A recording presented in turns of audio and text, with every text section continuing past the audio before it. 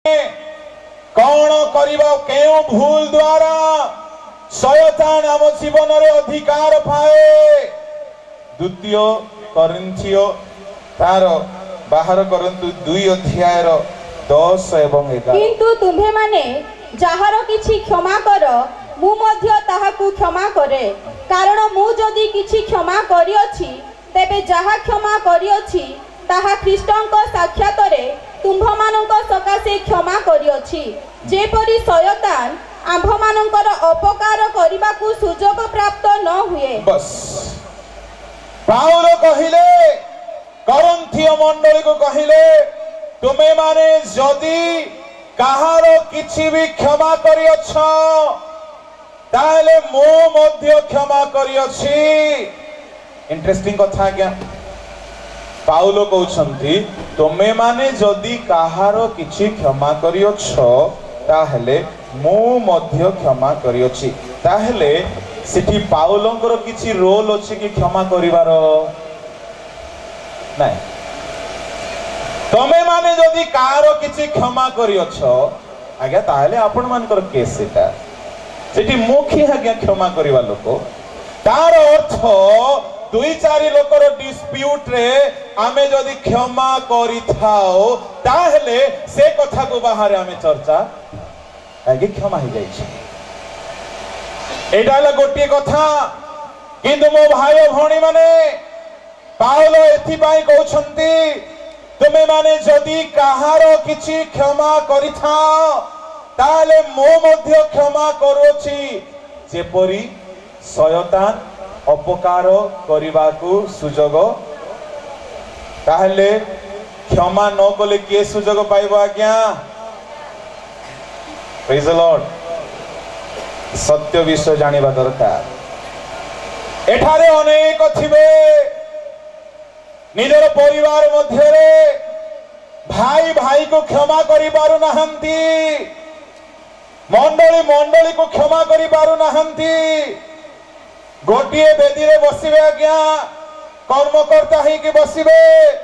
किंतु जनकर मुह आ जणे देखि पारु नाय। आम भितरे अछि कि क्षमा। मोर भाई भौणी माने अनेक आम माने ईश्वरक सेवा करू किंतु हृदय मिसु नाय, ताल आमे क्षमा दे पारुछे कि? भल प्रचार करी हे जिवो आज्ञा। आजिकाली जन जनकर एते ज्ञान अछि टैलेंट अछि जे भल भल स्पीकर मानकर पूरा घोषी पकई मध्य तांको स्वर रे प्रचार करी पकेबे किंतु सेथरे काम हेबो नै। मो भाई भौणी माने प्रचार करिबा बड़ विषय नुह। एथि बाई पाउल कहिले मु जदि समस्त को प्रचार करी काळे अग्राय न हुए ता माने अग्राय हेबार संभावना अछि। प्रचार कहेबा बड़ विषय नुह, पाळ कहेबा बड़ विषय नुह, ईश्वरंकर सेवक बोली सब जगह रे परिचित हेबार बड़ विषय नुह। मोर प्रिय भाई भौणी माने शयतान को सुजोग न देई चालीबा लोक होछि सबठारु सफल व्यक्ति अटे। से विख्यात हेउ कि अबा से अपरिचित हेउ, जदि आमान को जीवन रे क्षमा नाही ताहले शयतान अपकार करिबाकू सुजोग प्राप्त हुए। बाइबल 4 रु 5 प्रकार क्षमा कथा कहे भाई भौणी माने। शयतान सुजोग पाइबार पाखापाखि 9-10 गोटी कथा मो पाखरे अछि, किंतु आज गोटे कथा ए बेला रे कहि कि मु शेष करिवि। क्षमा न देले शयतान सुजोग पाए। मो प्रिय भाई भौणी माने टिके ध्यान रो सहित सुनिबा हेबे। 4-5 प्रकार क्षमा कथा बाइबल रे लिखा जाए। ध्यान रे सुनिबा हेंतो काहे कि मो क्षमार कथा कहिबा बाई चाहे। जेतु आगमन रो शिक्षा सुनी जदि आपण आगमन समय रे जदि आपण परस्पर को क्षमा न देकी जदि शेष निश्वास त्याग करिथिबे हे बारे आपण बहुत बड़ बाइबल ज्ञाता हे बारे आपण सुनाम अर्जन करिथिबा लोक जदि आपण क्षमा देई नाहंती केबा क्षमा मागी नाहंती शैतान कोन आज्ञा ये शरीर को पुनरुत्थित हेबा को सुजोग देबो केते बेले भाबुथिबे आज्ञा क्षमा गुटे कोन आज्ञा सुनंतु आज्ञा क्षमा जदि नाही स्वर्ग रे जणे हेले लोक जाई परिबे नाही क्षमा गोटे छोट शब्द होते किंतु एहा बिना स्वर्ग रो द्वार बंद हे जिवो जदि परमेश्वर मनुष्य को क्षमा देवार बंद करि देबे के जणे हेले जाई परिबो कि स्वर्ग को केते बड़ कथा मो भाई भौणी माने केतेरा कथा पचारिला परे मो क्षमार कथा आडे गोटे भीतर को जिबी दुनिया रे गोटिए देश आउ गोटिए देश विरुद्ध रे काहे की युद्ध करंती आज्ञा जेहेतु ए माने तांको क्षमा करि पारु युद्धर कारण क्षमा नाय जदि आमे देखिबा जेते मिसाइल परमाणु बोमा गुणा को काहे की सृष्टि करागला निर्माण करागला मूल पॉइंट को जदि जीवा जदि दिने के मारले आमे ताको क्षमा करिबा नाही ताको तार प्रतिशोध नेबा एथि पाए आगरो रेडी करिकी क्षमा न थिबा सकासु प्रति देश आसी परमाणु बोमा को आज्ञा सृष्टि करी निर्माण करी रखिलेनी क्षमा नाय थाना गुड़ा को कहीं अच्छी आज्ञा जेल खाना कहीं अच्छी जदि आमे देखिबा चोरी को अपराधी को क्षमा न दे तार समुचित फल भोग कराइबा पाई थाना पुलिस मध्ये अछंती मो भाई भौणी माने आज आमर मंडली रो विवाद गुड़ा को कहीं थाना रे अच्छी यदि क्षमा थांता सीधा मध्ये न थांता आमे बड़ बड़ कथा कहि पारिबा क्षमा गोटे छोट विषय नुह मो भाई भौणी माने जदि आम ठारे क्षमा देवार गुण नाही ताले शयतान सुजोग पाई जिवो प्रथम 4 गोटी क्षमा कथा शॉर्टकट रे कहबा पई चाहिबी नंबर 1 परमेश्वरंको थारु आमाने क्षमा पाइबा asking forgiveness to the Lord from the Lord getting forgiveness from the Lord जणे पापी मनुष्य जेतेबेले निजर पाप को स्वीकार करी छाड़े पाप निमंते अनुताप करे यीशुଙ୍କ रक्त ताहाको सकल पापरु परिष्कार करे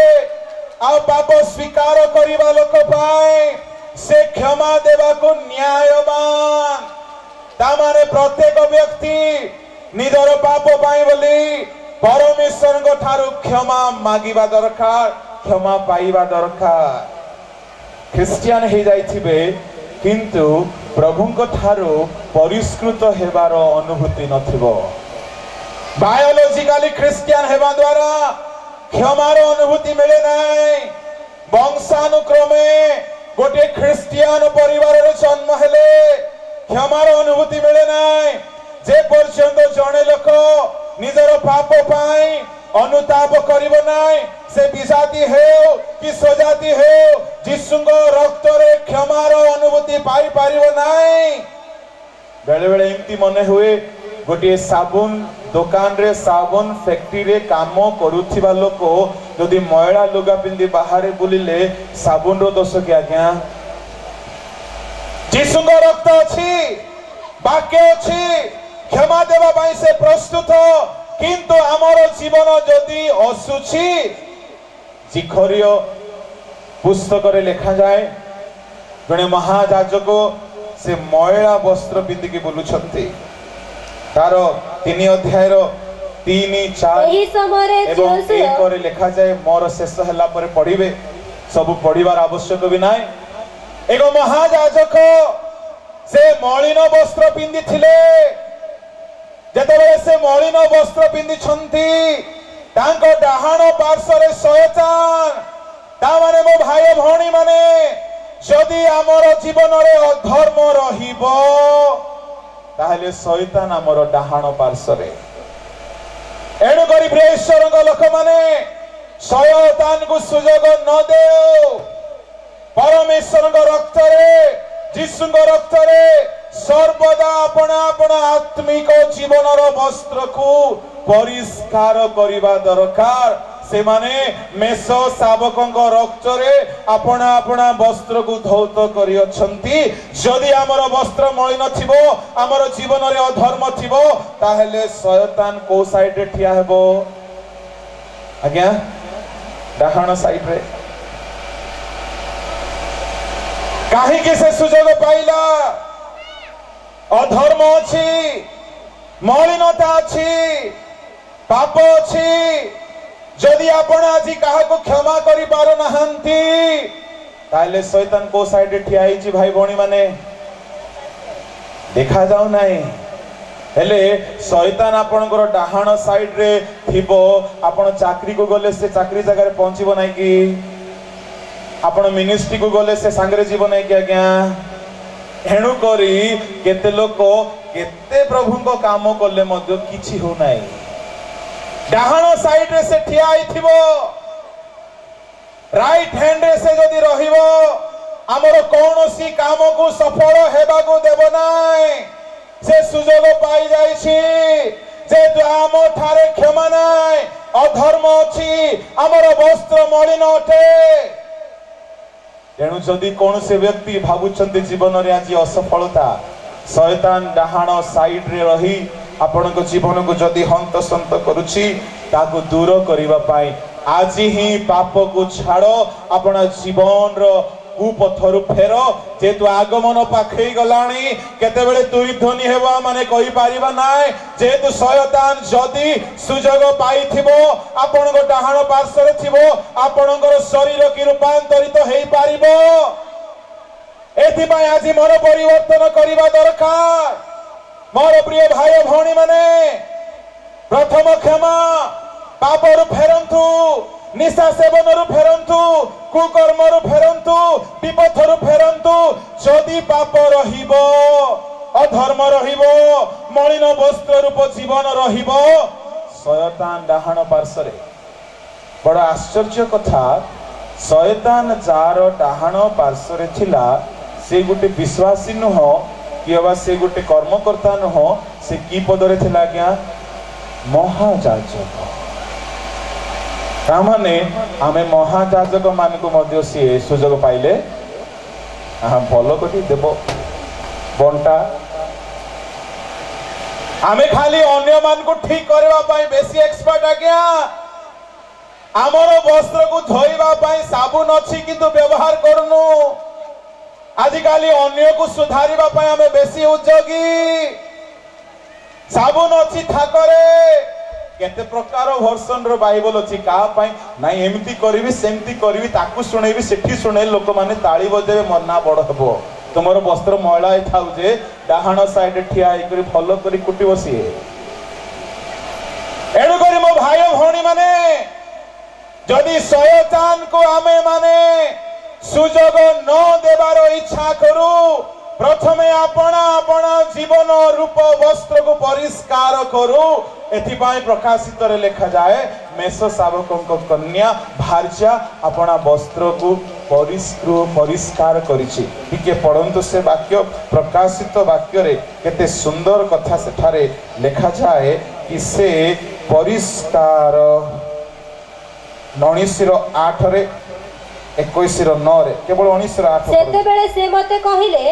लेख 19:8 पढ़ो ताहाकु शुभ्र और परिष्कृत सूक्ष्म वस्त्र परिधान करिबा निमंते दिया गला केमती वस्त्र शुभ्र और परिष्कृत ता माने परिष्कार करा जाईछि अच्छा किए करिथिबो परिष्कार ताहा 21:9 रे तत्परे जो सप्तदूत शेष सप्त क्लेशरे परिपूर्ण सप्त पात्र धरिथिले से मानक मध्यरु जणे आसी मते कहिले एठाकु आस मु तुमको सही कन्या अर्थात बेस शावकों भार्या को देखाइबी 19:7 मध्य पढ़ी दियो से जय करे आस आम्भे माने आनंद और उल्लास करू एवं ताहांकु गौरव प्रदान करू कारण मेष शावकंक विवाहर समय उपस्थित आउ ताहांक कन्या आपना को सज्जित करियछि आपना को निजे सज्जित करिछि एवं ताकु शुभ्र और परिष्कृत सूक्ष्म वस्त्र दिया गला। मो प्रिय भाई भौणी माने निजे परिष्कार करिवा दरकार। समय को ध्यान रे रखी मु शेष करने पूर्व शॉर्टकट रे आ 2-3 गोटी क्षमार कथा टिके कहबी। अवश्य मोर समय शेष हो जाइछि परंतु दिने पितर जीशुंग पाखक आसी कहिले प्रभु मोर भाई जदि मो विरुद्ध रे पाप करे मु केते थर क्षमा करिबी। सेते बेले पितर ताहांक पाखकु आसी पचारिले हे प्रभु केते थर मोहर भाई मो विरुद्ध रे पाप कले मु क्षमा करिबी। केते थर क्षमा करिबी निजे प्रश्न पचारुछि निजे ही उत्तर देई दोछि कोन बोली की 7 थर पर्यंत। कोन 7 थर की प्रभु जीशु ताहाकु कहिले तुमको केवल 7 थर पर्यंत कहू नाही केवल 7 थर पर्यंत कहू नाही मात्र 70 गुण 7 थर पर्यंत 70 गुण 7 थर पर्यंत। कोन मो भाई भौणी माने 70 × 7 कले केते होची पिला माने 490 ताहले 491 बेलकू भलो करी बजेबो ताकि तार अर्थ जीशु कहिले 70 गुण 7 थर बोली कहिले तार एक आत्मिक अर्थ अछि। 70 होची मनुष्यर आयुष गीत संहिता रे लिखा जाए मनुष्यर आयु केते वर्ष मात्र 70 वर्ष मात्र। परमेश्वर कहिबार अर्थ 70 गुण 7 थर बोली कहिले तुमर संपूर्ण आयुष काल 7 अर्थ आज्ञा पूर्णता सिद्धता कंप्लीटली ताहले 70 गुण 7 बोली कहिले तुमर शेष निश्वास जाए तुमे जेते वर्ष बंची थिबो तुमर शत्रु को क्षमा करिवो। Hallelujah hallelujah. ता तोळे जीशु गोटे दृष्टांत देले क्षमा न कले कौन हुए मो भाई भौणी माने सेठारे गोटिए महान व्यक्ति हिसाब करने को आरंभ करते 3 कोटी टंका ऋण नहीं जड़े दास सामना को आसिला आउ से दास क्षमा मागिबा चेष्टा करुछे। प्रभु को महानामर गौरव हो एटा बहुत उच्च कथा लंबा कथा किंतु वर्तमान मोर समय शेष हो जाइछि तेणु मु आग को बढ़िबा ठीक बोली भाबु नाही। आगामी समय रे शयतान रो सुजोग मिलिबा केउ केउ कारण अछि ता नितांत माने अध्ययन करिबा। एक कथा कहि मु शेष करिबी मो प्रिय भाई भौणी माने क्षमा न देले शयतान सुजोग पाई जाए। आसंतु अपना चक्षु बंद करंतु। महामहिम स्वर्गस्थ पिता तुम आगमन समय प्रधान दूत तांकर